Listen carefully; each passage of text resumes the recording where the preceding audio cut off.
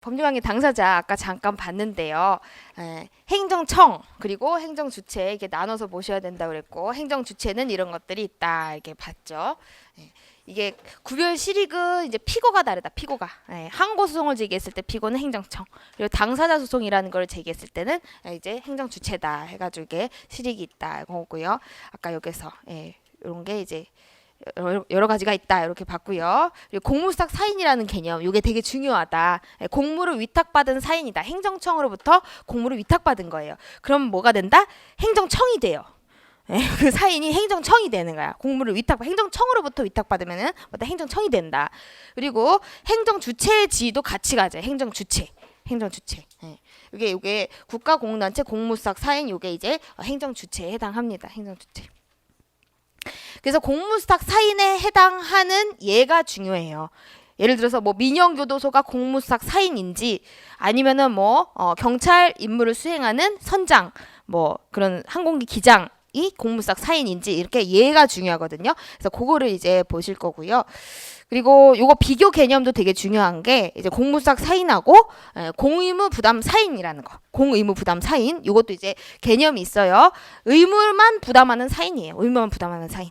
뭐 원천 징수 의무자. 우리 사장님 3.3% 떼가지고 세금 내죠? 아니 아르바이트. 네, 그거 이제 원천 징수 의무자. 이 원천 징수 의무자는 뭐다? 공무수탁 사인이 아니고요. 공의무 부담 사인이에요. 우리가 이제 공무수탁 사인에 해당하면은 행정주체고 그리고 행정청이라 그랬잖아요. 행정청이라는 거는 스스로 의사를 결정하고 대외적으로 표시까지 할 수 있는 권한을 가진 게 행정청이에요. 행정청. 여러분 공의무 부담 사인은 의무만 부담하는 거지 의사를 결정할 수가 없어요. 의사를 어떤 처분을 할 거다 말 거다 의사를 결정할 수가 없잖아. 의무만 부담할 뿐이에요. 그러니까 이게 처분 권한, 즉 의사를 결정하고 외부에 표시하는 게 이제 행정청이다. 그러니까 공의무 부담은 부담 사인은 행정청이 아니고요. 그러니까 공무수탁 사인도 아니죠. 그래서 원천 징수 의무자 예를 들어서 이런 게 있고, 그리고 행정 보조인, 대행인 등 뭐 예를 들어 이런 것들 대행인, 뭐 민간 견인업자, 쓰레기 수거인 이런 여기에 속하면은 뭐다? 행정청이 아니에요. 행정청이 아니다. 뭐다? 의사를 결정할 능력이 없죠. 대행을 할 뿐이에요. 대행을 할 뿐. 그러니까 행정청이 아니고 행정주체도 아니다. 여기에 속하지 않는다. 그래서 공무수탁 사인이 아니에요. 이런 사람들은 공무수탁 사인이 아닌 사람들과 그리고 공무수탁 사인인 사람들 예를 좀 알아두셔야 됩니다. 그래서 이렇게 행정객체는 행정주체의 상대방인 것들 이렇게 원칙이 국민인데 공공단체는 될 수가 있다. 국가는 안 된다. 이런 게 있고요. 그리고 이제 행정주체와 행정기관과의 구별 이렇게 있는데 요거는 참고로 보세요. 여러분 이게 행정기관 중에 행정청이 있는 거예요. 그러면 행정기관 중에 행정청이 있는 거다. 행정기관은 여러 가지가 있어요. 보조기관, 보좌기관, 자문기관, 의결기관 또는 행정청이 있는 거예요. 그러니까 행정기관 중에 하나가 행정청이야. 예를 들어서 뭐 이거 대통령, 장관, 시장, 처장 뭐 이런 짱들. 그리고 합의제 행정청, 독임제 행정청 이렇게 부르는데요. 합의제 행정청은 각종 위원회들이 많아요. 위원회들. 뭐 행정심판위원회 뭐 이런 위원회들, 토지수용위원회, 소청심사위원회 이런 위원회들은 합의제 행정청이에요. 행정청은 뭐죠? 두 가지 개념 쟁표. 의사를 결정하고 외부에 표시까지 할 수 있는 권한을 두 가지 권한. 의사결정 권한 또는 표시 권한 두 가지를 다 가진 게 뭐다? 행정청. 독임제 구성원이 하나, 여러 그죠? 합의제 행정청 이렇게 나뉘죠. 그래서 여기 행정청에 해당하면은 행정기관 중에 행정청에 해당하면은 항고소송의 피고가 될 수가 있어요. 행정주체하고 이런 행정기관하고는 구별을 해야 된다. 이런 행정청, 행정기관은 행정주체와 달리 법인격이라는 게 없어요. 법인격 즉 법률 효과 아까 봤던 권리 의무의 기속주체라고 했죠. 권리 의무 아까 여기서 여기 행정주체 권리 의무의 기속주체라고 그랬죠. 권리 의무 이 말이 똑같은 말이 법인격이 있다는 거야. 법인격 똑같은 말이 법 효과가 기속된다. 법 효과 권리 의무의 기속주체. 그러니까 요거 행정 주체와 행정기관 이건 두 가지 개념은 구별을 해야 된다. 행정기관 중에 뭐가 있다? 행정청이 있어요. 이거 조금 개념입니다. 개념 요거. 자 이제 문제는 요런 게 나와요. 여러분 이제 서울시 7급뿐만 아니라 작년에도 많이 나왔었고요. 다음 중 공무수탁 사인에 해당하는 것은 그래가지고 기억 니은 디귿 리을 이거 박스로 쳐가지고 1번 기억 니은 뭐 이렇게 나오거든요. 제가 이거 찢은 거예요. 요것도 그렇게 나왔어. 그 보시면 도로교통법상 견인 업무를 대행하는 자동차 견인업자. 이거 자동차 민간 견인업자예요. 이거는 공무sak 사인이 아니에요. 공무를 위탁받은 사인이 아니에요. 이 사람은 행정청이에요? 아니죠. 공무sak 사인은 행정청 플러스 행정주체의 지위를 가지고 있는 것만 공무sak 사인이에요. 즉 행정청 의사결정 권한도 가지고 있어야 돼. 민간 자동차 견인업자가 뭐 처분 권한이 있어요? 뭐 어떤 세금 부과하고 막 그럴 예를 들어서 그런 거 없잖아. 처분 권한이 없다. 공무sak 사인이 아니에요. 그리고 두 번째, 민영교도소 등의 설치 운영에 관한 법률상 교정 업무를 수행하는 민영교도소. 이것도 꽤 많이 나오는데 이거는 공무sak 사인에 해당해요. 민영교도소. 이거는 공무sak 사인에 해당한다. 즉 민영교도소는 행정주체의 지위뿐만 아니라 행정청의 지위도 가져요. 의사를 결정하고 행정 작용에 대한 이게 의사를 결정하고 어떤 행정 행위를 할 건지 의사를 결정하고 외부에 표시까지 하는 표시 권한도 같이 갖는다. 민영교도소. 공무sak 사인에 해당하고요. 그리고 세 번째, 이게 항공 안전 및 보안에 관한 법률상 경찰 임무를 수행하는 항공기 기장 뭐다? 경찰 임무를 수행해. 경찰 임무. 지금 지금 급박한 상황이 막 비행기 추락하려고 그래. 막 지금 막 납치되고 막 그래요. 그럼 경찰 임무를 수행할 수가 있어요. 기장이. 지금 경찰이 없으니까 또. 그렇게 대신해서 이렇게 막 급박한 상황이 오면은 어떠한 경찰권을 발동할 수가 있는데 이때는 뭐가 된다? 항공기 기장이 공무sak 사인이 돼요. 공무sak 사인이 된다. 왜냐면 국민의 생명 신체를 보호해야 되잖아. 그러니까 이게 이제 공무sak 사인에 해당한다. 그렇습니다. 선장도 마찬가지예요. 그 태평양을 건너 순항하던 배에 있는 선장이 갑자기 해적이 나타났다. 그러면 경찰 임무를 수행해야 돼요. 그때는 뭐다? 공무sak 사인이 되는 거야. 공무sak 사인. 경찰 임무 수행할 때. 국민의 생명 신체를 보호해야 되기 때문에 그런 거고요. 그리고 네 번째, 공익 사업을 위한 토지 등의 취득 및 보상에 관한 법률, 이게 토지보상법이라고 하거든요. 이 토지보상법상 토지 수용권을 행사하는 사인, 토지 수용권을 행사하는 사인은 이것도 역시나 공무sak 사인에 해당하는데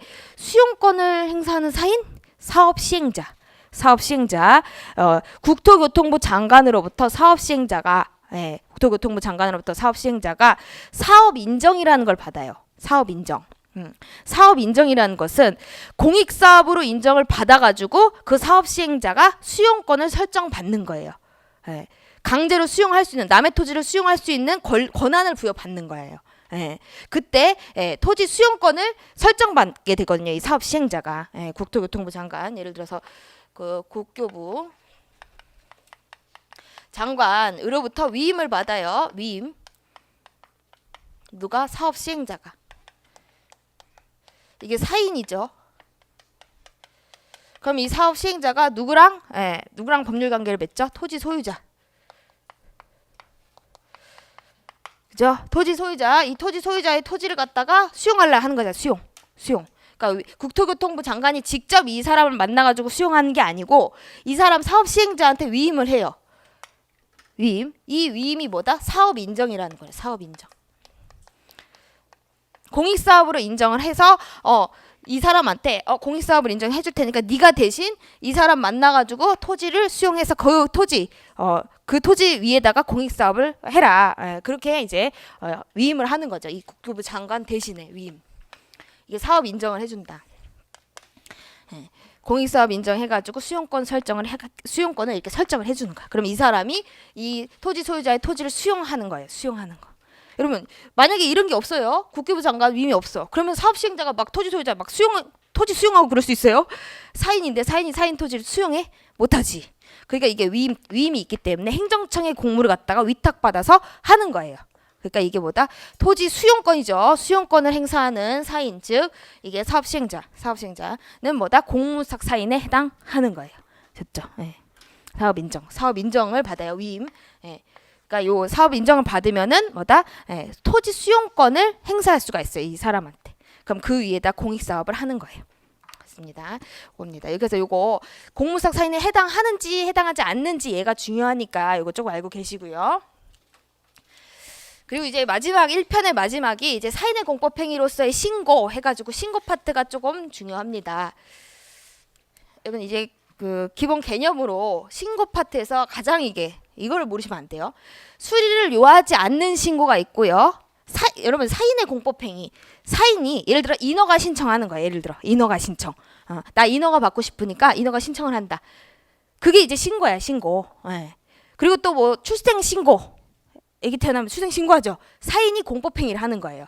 그런 게 이제 이게 신고고, 신고는 두 가지로 나뉠 수가 있어요. 수리를 요하는, 누가 수리해? 행정청.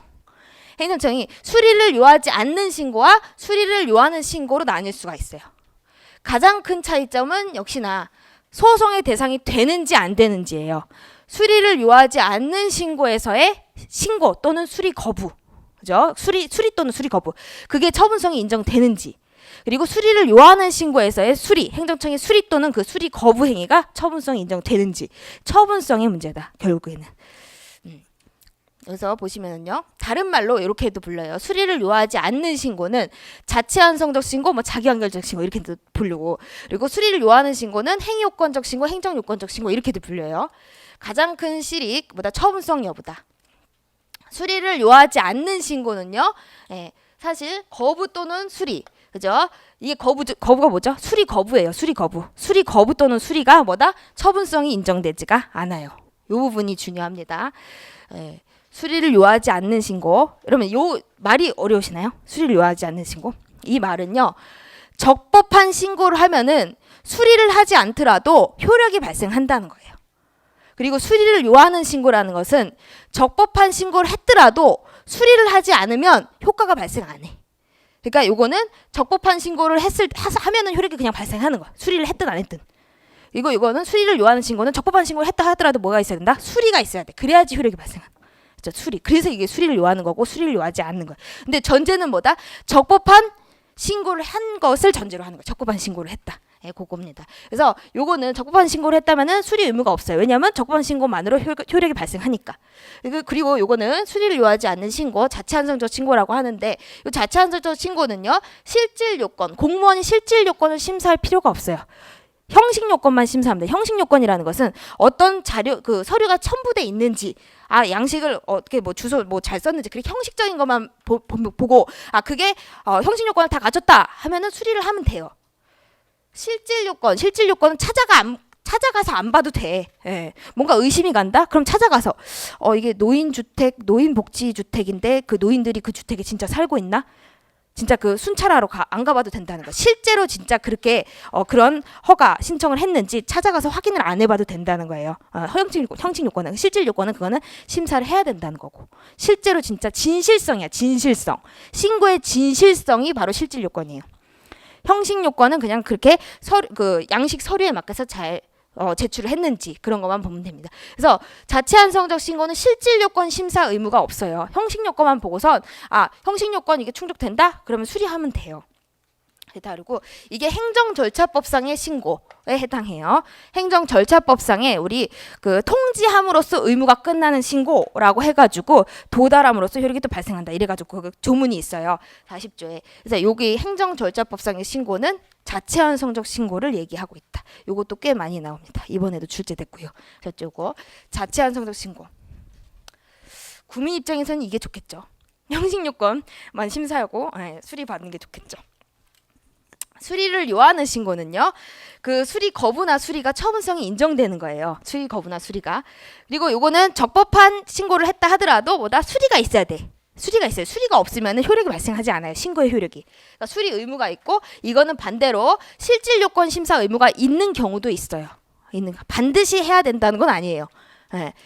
반드시 해야 된다는 건 허가제야. 허가제. 우리 허가제 규제를 완화하려는 게 신고제의 취지예요. 그렇기 때문에 실질 요건, 형식 요건을 딱 보고선 이게 의문이 난다. 그러면 실질 요건 심사해야 된다. 의문이 나는 경우에. 그거. 그래서 요거랑 다른 거는요. 요건 형식 요건만 이렇게 충족되면은 이건 수리해야 되는 거고, 이거는 실질 요건까지 심사할 수가 있다. 그렇게 기억을 해주시면 됩니다. 인허가 신청 같은 게 있고요. 여기서는 올해는요. 그렇게 뭐 신고와 관련된 그 중요한 법리가 나오진 않았어요. 여기 그냥 규정이 있는지 없는지 여기 나왔는데, 신고는 사인이 행하는 공법행위로, 그죠? 사인의 공법행위죠. 행정기관의 행위가 아니므로 행정절차법에는 신고에 관한 규정을 두고 있지 않다. 있다 그랬죠. 행정절차법 40조에 뭐다? 자체완성적 신고가 있어요. 통지함으로써 의무가 끝나는 신고. 의무가 끝나. 적법한 신고만 하면은 효력이 발생하는 거. 요게 수리가 필요가 없다. 수리를 요하는 게 아니다. 그래서 두고 있지 않다. 그래서 요게 틀린 지문이었고, 그리고 요게 최신 판례가 이제 출제가 됐어요. 요게 답이었어요. 참고로 국가직 9급에 숙박업을 하고자 하는 자가 법령이 정하는 시설과 설비를 갖추고 행정청에 신고를 하면, 여기서 신고를 했대. 여러분 요거 숙박업 신고가 자체완성적 신고인지 행위요건적 신고인지, 즉 수리를 요하지 않는 신고인지 수리를 요하는 신고인지 아셔야 돼요. 됐죠? 숙박업 신고는 자체완성적 신고야. 수리를 요하지 않아요. 즉 형식요건 충족하면은 수리를 해야 돼요. 됐죠?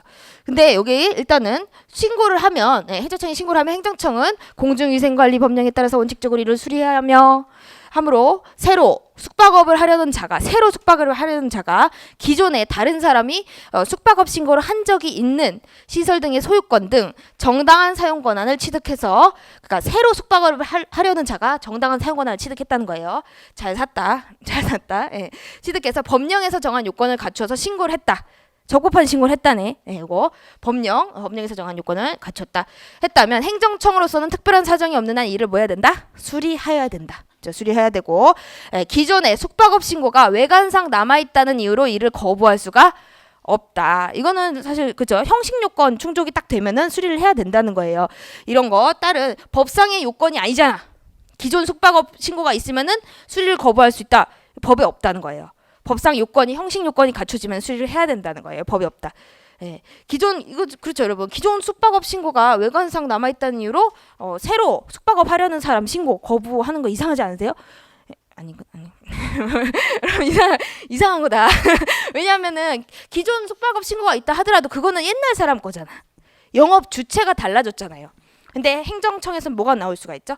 위생관리 같은 거 검사 나올 수가 있잖아.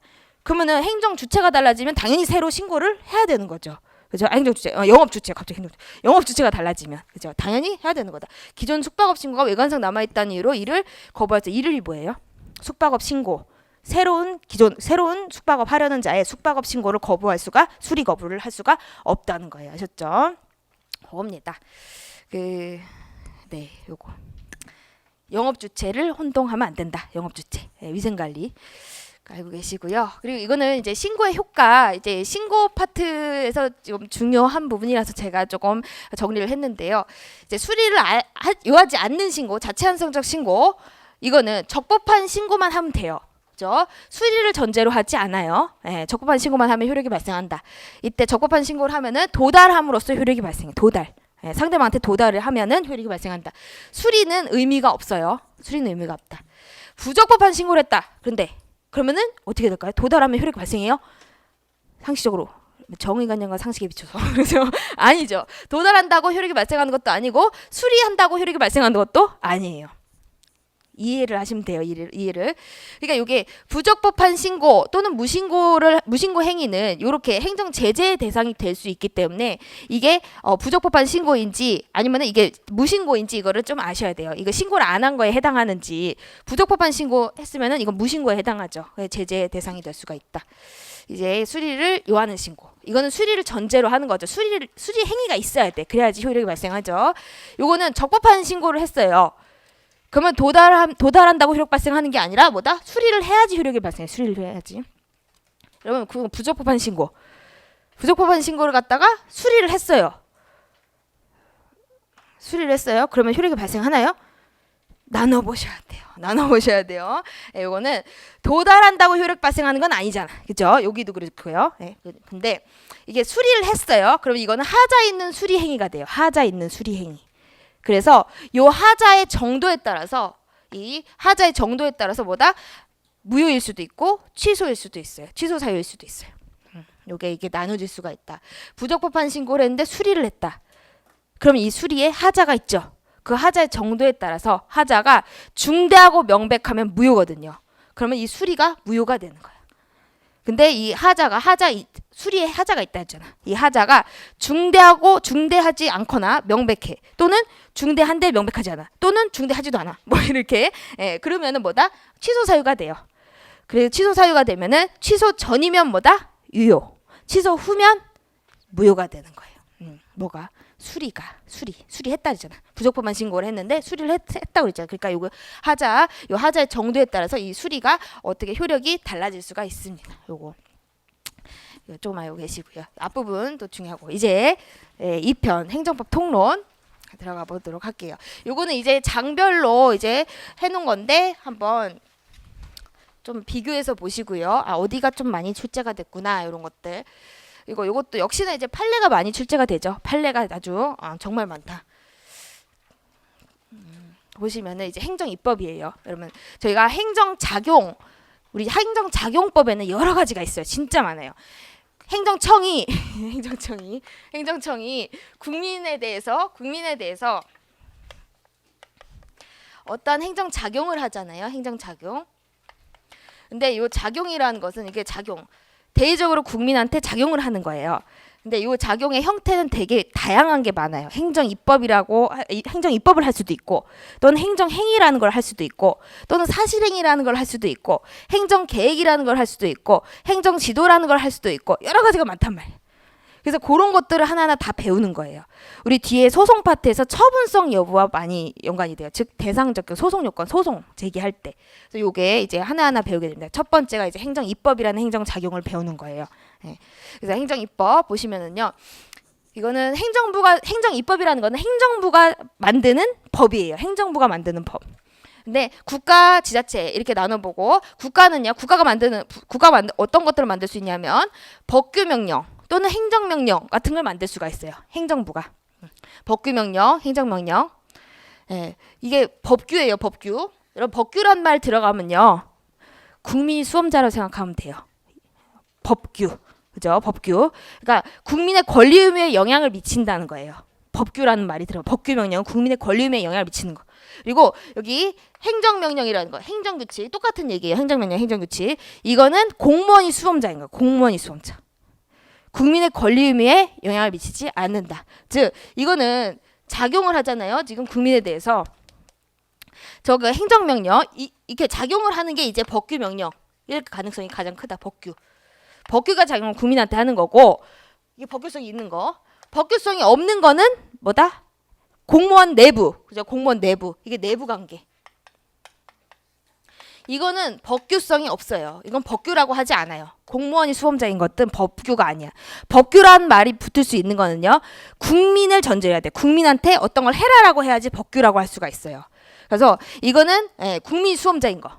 이거는 공무원이 수험자인 거. 아까 봤던 재량준칙. 아셨죠? 그래서 이게 크게 나눠볼 수가 있다. 즉 이게 법규성이 있는 거, 없는 거. 구별 기준이에요. 법규성이 있는 거. 이게 법규성이 있는 거. 법규성이 있는 거고. 그러니까 법규명령이고 그리고 이거는 법규성이 없는 거. 법규성이 있다 없다는 뭐다? 있는 거는 국민 수험자, 없는 거는 공무원 수험자. 내부적인 거. 그리고 외부적인 거 이렇게 나뉘죠. 이게 법규명령은 예를 들어 이런 것들 대통령령, 총리령, 부령 이런 게 있고요. 그리고 행정규칙 이거는 훈련고시, 지침 이런 것들이 있다. 재량준칙 생각하시면 되죠. 그런 것들. 근데 이제 법규명령은 또 이렇게 나뉠 수가 있어요. 위임을 받아서 정하면 위임명령. 그리고 위임을 받지 않고선 직권으로 정하는 거 집행명령이라고 해요. 상위법으로부터 위임을 받았는지 받지 않았는지에 따라서. 예를 들어서 이 법규면 대통령령이 뭐 이렇게 법으로부터 위임을 받았어요. 그럼 위임명령이야. 근데 대통령이 그냥 자기 혼자 정해. 그러면 그 뭐다? 집행명령이야. 아셨죠? 그거 위임을 받아서 정하면은 상위법, 법률. 여러분 이거 명령이잖아. 명령보다 상위법이 뭐죠? 법률이에요. 법률. 헌법, 법률, 명령, 조례, 규칙 이렇게 쫙 되는 거죠. 그래서 법률로부터 명령이 위임을 받았어요. 그래서 이제 명령을 정해. 대통령이 정하는 게 이게 대통령령. 총리가 정하는 게 총리령. 그러니까 장관이 정하는 게 부령 이렇게 되는 거죠. 그래서 위임을 받아서 정하면은 위임명령. 그리고 직권으로 정하면은 집행명령이라고 해요. 이게 두 가지로 나눠볼 수가 있어요. 법규명령은. 그리고 뭐 지자체는 조례나 규칙 이런 게 정할 수가 있다. 이제 정의를 볼 거예요. 여러분 정의. 법규명령이라는 것은 법률의 위임에 의하여 또는 법률을 집행하기 위하여 행정권에 의하여 제정된 일반적 추상적 규율이다. 즉 대외적 구속력이 있다라고도 하는데 이게 법규명령은 위임명령, 집행명령 두 가지로 나뉠 수가 있다 그랬죠. 위임을 받으면 위임명령, 위임을 안 받으면 집행명령. 그리고 이 일반적 추상적 규율에 일반적 추상적 규율, 대외적 구속력이 있다. 이 말이 뭐죠? 대외적 구속력, 대외적 지웠다. 예, 법규. 아이고, 대외적 구속력. 이제 행정청, 행정작용 이렇게 했는데 뭐죠, 여러분? 대외적 구속력. 대내적인 건 누구다? 요거 공무원 내부. 대외적 구속력이 있다는 게 국민에 대해서 효력이 있다는 거예요. 국민 수험자라는 거. 아셨죠? 그래서 요거 대외적 구속력이 있다. 그리고 행정규칙은 내부적 구속력, 내부적 구속력. 상급 행정기관이 하급 행정기관을 수험자로 해서 행정 내부의 조직 활동을 규율하기 위해 바라는 일반적 추상적 규율이다. 대외적 구속력이 없어요. 국민에 대한 구속력이 없다는 거. 아셨죠? 요거 공무원이 수험자. 이렇게 알고 가시면 되고요. 이제 공통점과 차이점 이렇게 어떻게 나뉘어 볼 수 있냐면 공통점. 공통점은 일반 추상적 규율을 하는 거예요. 불특정 다수인에 대해서 어떤 사건성 없는 규율을 한다는 거야. 사건성 없는. 여러분 뭐 입법이라는 거는 사건성이 있나요? 사람을 살해한 자는 몇 년 5년 이상 징역, 무기징역 뭐 이렇게 처한다. 사건성이 있어? 사람을 언제 어디서 어떻게 살해해야지 그렇게 뭐 살인죄가 된다 이렇게 있어요? 사건성이 없다는 거예요. 그게 바로 뭐다? 추상적 규율이야. 추상적. 입법은 원칙적으로 뭐다? 추상적 규율이에요. 사건성이 없어요. 시간적 장소적으로 특정돼 있지 않아요. 어떤 행위를 하면은 처벌이 되는 것이지 언제 어디서 이게 없다고. 그래서 이게 추상적 규율이고 일반적이라는 것은 뭐다? 불특정 다수인에 대한 규율이에요.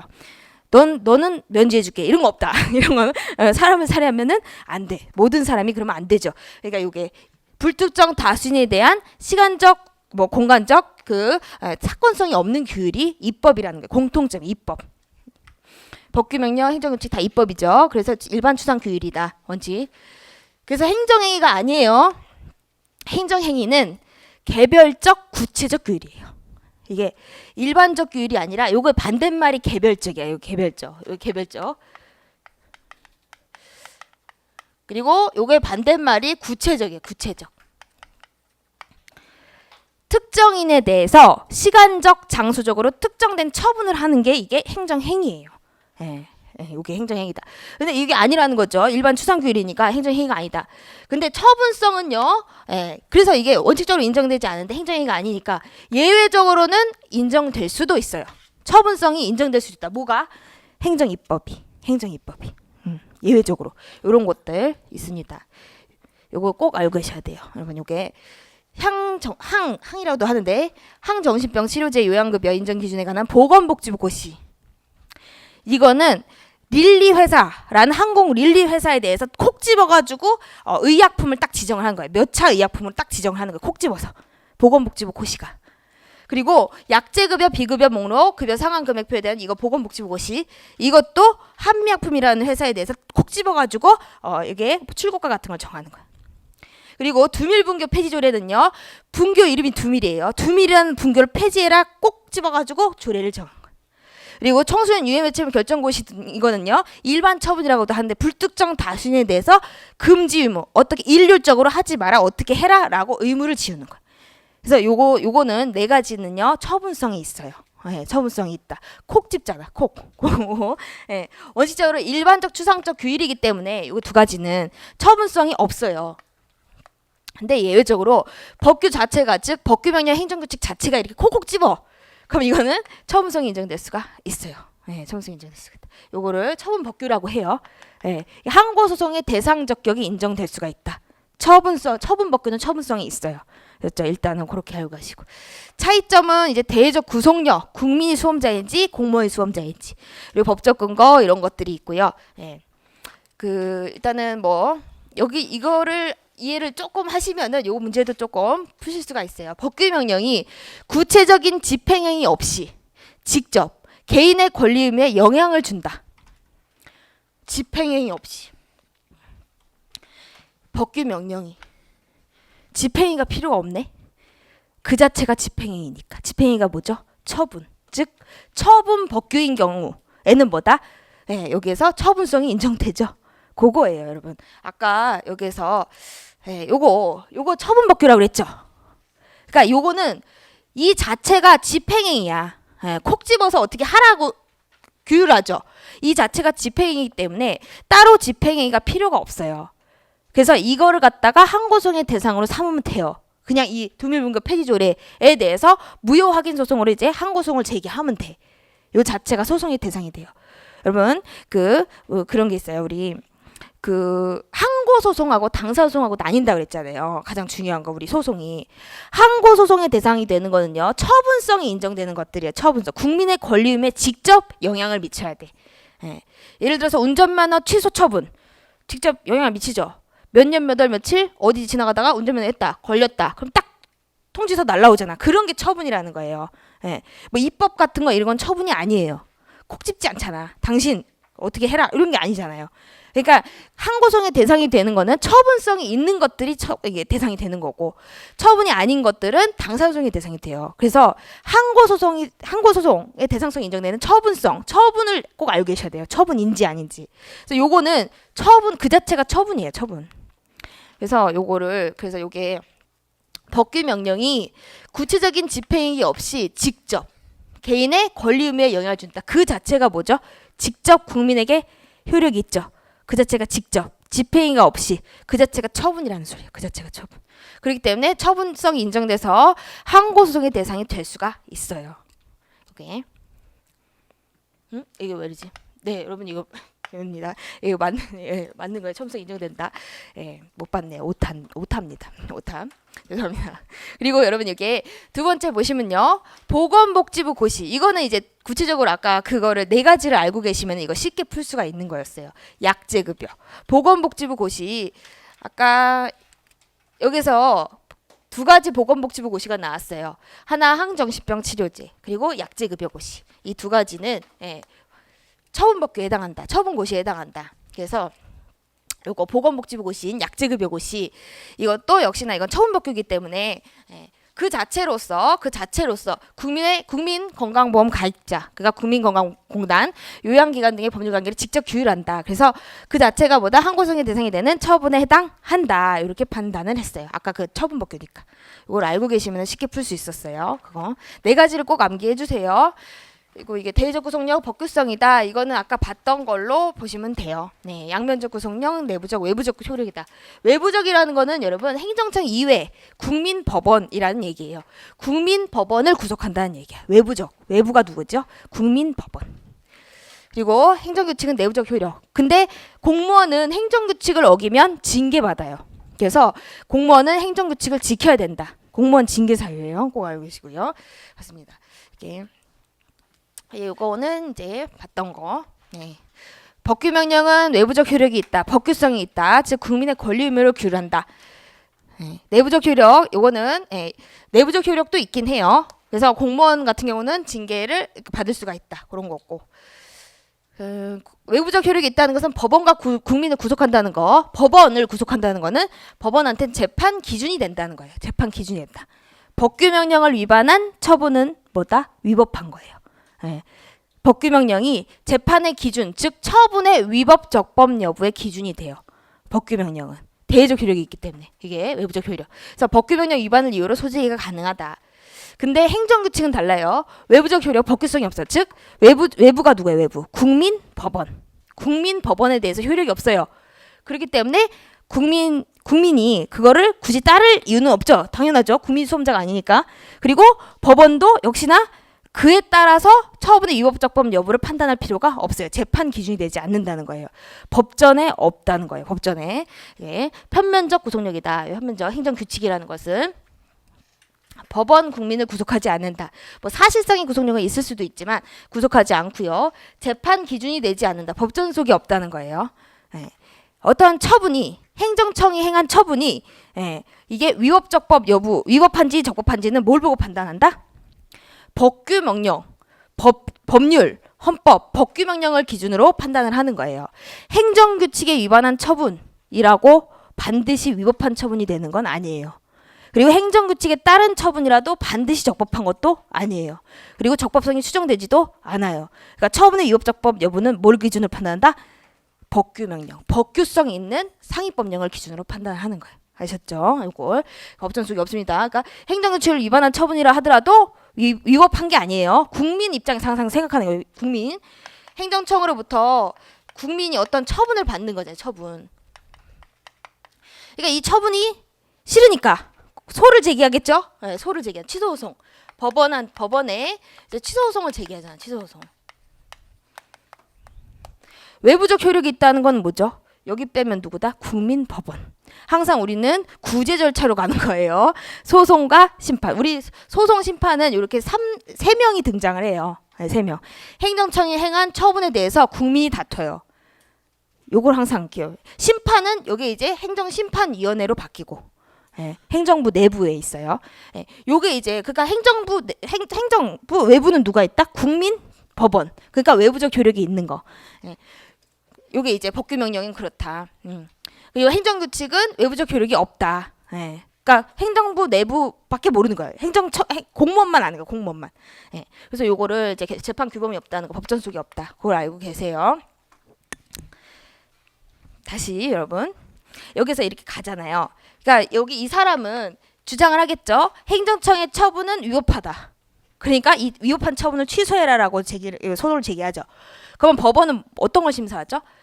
진짜 처분이 위법한지 판단해요. 그러면 그 처분이 위법한지 적법한지는 뭘 보고 판단해? 법을 보고 판단하지. 법을. 왜요? 행정부는 뭐 하는 기관이죠? 법을 만드는 기관이에요? 아니면 법을 판단하는 기관이에요? 법을 집행하는 기관이에요? 집행하는 기관이니까. 법을 집행을 잘 했는지 안 했는지는 뭐를 판단한다? 법을 보고선 이 법대로 집행을 했으면은 적법한 거고 법대로 집행을 안 했으면 위법한 거잖아. 그러니까 법을 봐야지. 뭘 보고? 이건 법이 아니라는 거야. 이거 보고. 이건 법이 아니라는 거야. 누구 입장에서? 법원 입장에서는. 네. 그렇죠? 왜냐하면 이 행정규칙은 내부적 효력만 있기 때문에 내부적 사무처리 준칙이에요. 외부적 효력이 있는 거는 저 법규명령이야. 외부적 효력이 있기 때문에 법규명령은 공포라는 절차를 거쳐요. 공포. 신문에 게재하고 그런 것들. 근데 행정규칙은 공포 안 해. 공포를 안 해요. 반드시 의무사항이 아니에요. 왜? 행정청 내부 사무처리 지침이니까. 그러니까 우리 판사 법원은요. 행정규칙을 몰라요. 행정규칙은 어디에만 있다? 예, 공무원 책상에만 있는 거예요. 아셨죠? 그래서 외부적 효력이 없다. 재판 규범이 될 수가 없어요. 그러니까 처분의 위법적법 여부의 판단 기준은 법이 돼야 되는데 그 법이 아니라는 거야. 행정규칙을 따랐다고 해서 적법한 처분이 되는 것도 아니고요. 예. 그리고 행정규칙에 위반했다 해서 반드시 위법한 처분이 되는 것도 아니에요. 아셨죠? 그거. 예. 근데 공무원은 행정규칙을 따르긴 해야 되죠. 그래서 문제가 되는 거죠. 사실은. 알고 계시고요. 이제 여기에서 이제 문제가 하나 또 나왔는데 법적 근거 보시면은 이제 저희가 이제 법규명령 행정규칙 법적 근거가 있어야 되는지 없어도 되는지. 법규명령은요 법률 유보 원칙이라는 것이 이게 법적 근거가 있어야 된다는 거. 국민한테 침입적 행정 행위를 할 때는 뭐다 법적 근거가 있어야 된다. 법적 대외적 구속력. 그죠? 수범자 국민 이런 거 생각하시면 돼요. 법적 근거 있어야 된다. 법규명령은 법적 근거가 있어야 돼요. 법에 있어야 되고 그리고 행정규칙이라는 것은 저거 만들 때는 법적 근거가 필요가 없어요. 법적 근거가 필요가 없어요. 그러니까 내부적으로 그냥 정하면 돼요. 이거 두 가지. 그리고 법률 우위 원칙은 이건 법규명령하고 행정규칙을 만들 때는 법에 위반되면 안 되죠. 법에 위반되면 안 되지. 뭐든 여러분 우리 국민도 다 법에 위반되게 행동하면 안 되죠. 안 되죠. 그러니까 어떤 행정청도 당연히 법에 위반되게 법규명령이라든지 행정규칙 만들면 안 된다는 거. 이게 나왔습니다. 이게 박스형으로 나왔던 문제예요. 재량권이 인정되는 영역에서 재량권 행사의 기준이 되는 지침을 제정하는 거. 여러분 이게 재량권 행사의 기준이 되는 준칙, 지침. 뭐죠? 이게 재량준칙이에요. 그죠? 재량준칙이죠. 재량준칙이라는 것은 재량권 행사의 준이 되는 규칙이에요. 재량권 행사의 기준이 되는 규칙이 재량준칙이에요. 행정규칙. 그러면은 재량준칙을 제정하는 게 법률의 근거 규정 없이도 할 수 있나요? 재량준칙이 뭔데? 행정규칙이라고 그랬어요. 행정규칙. 그죠? 행정규칙. 내부적 효력이에요? 외부적 효력이에요? 내부적 효력. 그러니까 이거 법률 규정 근거 없이도 할 수가 있는 거예요. 아셨죠?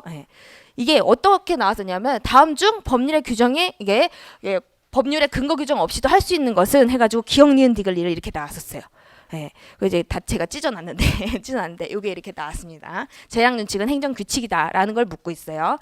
여기 계시고 그리고 이제 위임 명령의 한계 이렇게 있는데 여러분 법규 명령을 위임을 받았는지 받지 않았는지에 따라서 두 개로 나눌 수가 있죠. 위임을 받아서 정한 법규 명령은 위임 명령.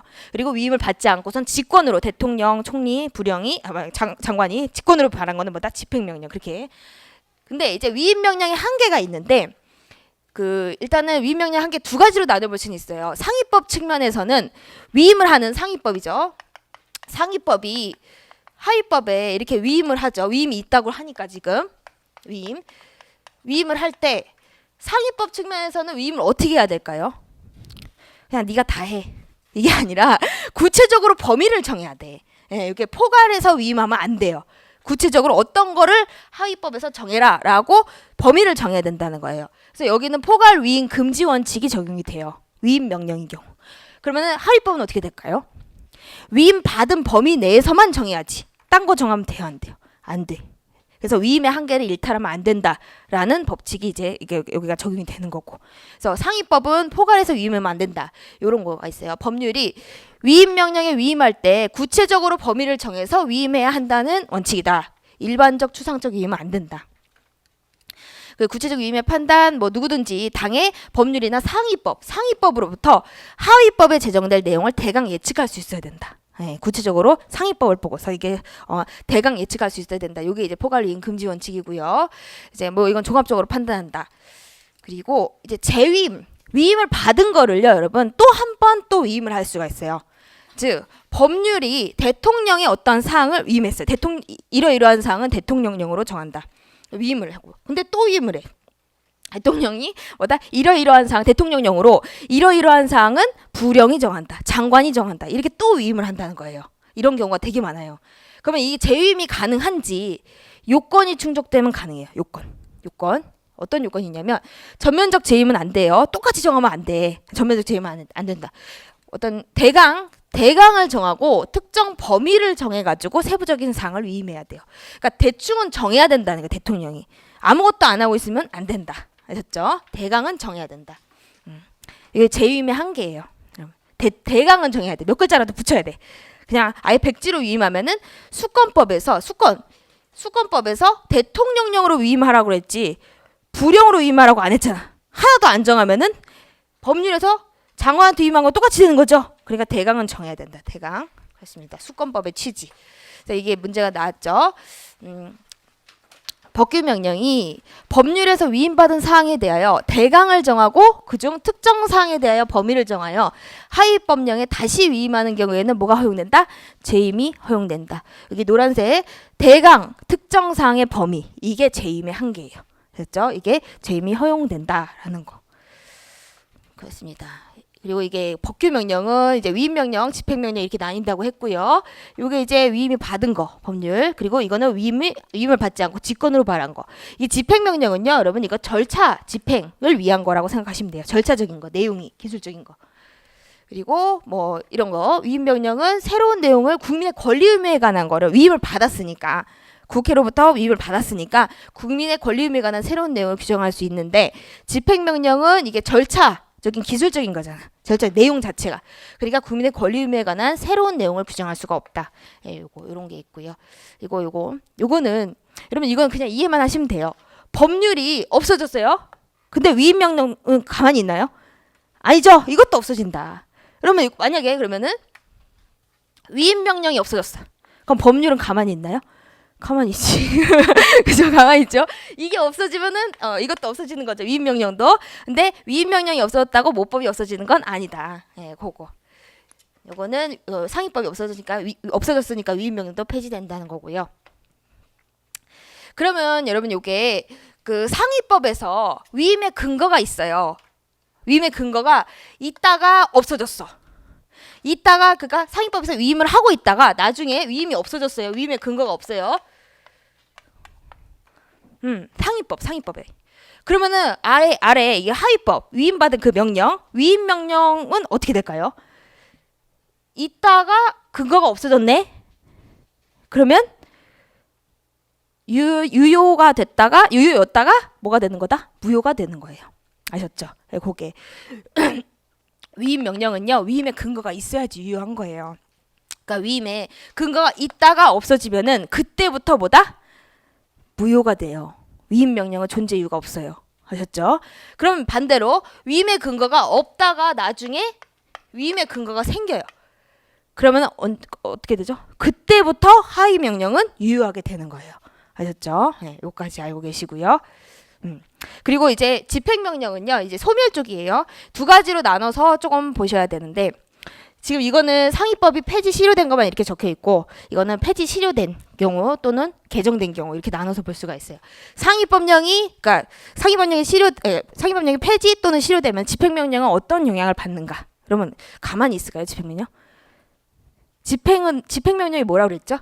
상위법령의 집행, 뭐의 집행? 상위법령. 상위법령 없어졌는데 이거 있어? 없죠. 그러니까 이거 폐지 실효된다.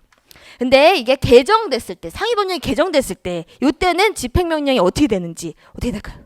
없어진다. 없어지지 않아요.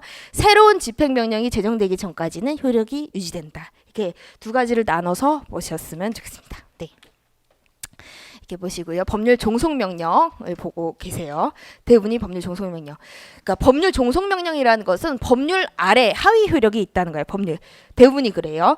그리고 위임명령, 집행명령의 헌법적 근거는 헌법 75조, 95조에 있어요. 95조, 75조에 있다.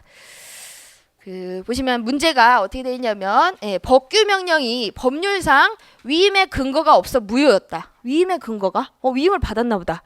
법규명령 중에 위임명령을 얘기하는구나 아셔야 돼요. 그러니까 위임의 근거가 없어 무효였다. 근데 나중에 법률이네, 상위법이네. 상위법이 개정돼서 위임의 근거가 부여됐어. 위임을 받았네. 그러면 어떻게 되죠, 여러분? 그때부터 유효하게 될까요? 요게 그때부터 제가 말씀드렸던 거 그겁니다. 이제 위임명령이에요. 위임명령. 네, 위임명.